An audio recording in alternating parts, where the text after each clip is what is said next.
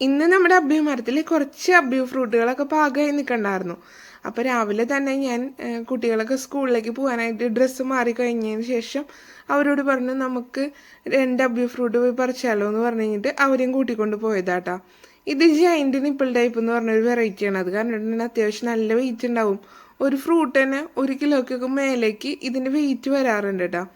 അപ്പോൾ ഇവർ രണ്ടുപേരും ഇതിൽ നിന്ന് ഓരോ ഫ്രൂട്ടുകളൊക്കെ പറിച്ചെടുത്ത് കഴിഞ്ഞിട്ട് കയ്യിൽ പിടിച്ചിട്ട് വീട്ടിലേക്ക് പോന്നു കേട്ടോ. അതിനുശേഷം ഞാൻ ആ മരത്തിലുണ്ടായിരുന്ന ഒരു 2-3 ഫ്രൂട്ടുകളും കൂടെ പറിച്ചെടുത്ത് കഴിഞ്ഞിട്ടാണ് പോകുന്നത്.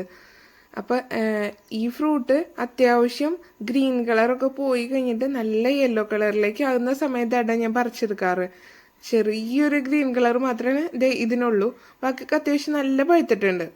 അപ്പം നമുക്ക് ഈ 5 തന്നെ ഒരു 5 കിലോയോളം വെയിറ്റും ഉണ്ടായിരുന്നു കേട്ടോ.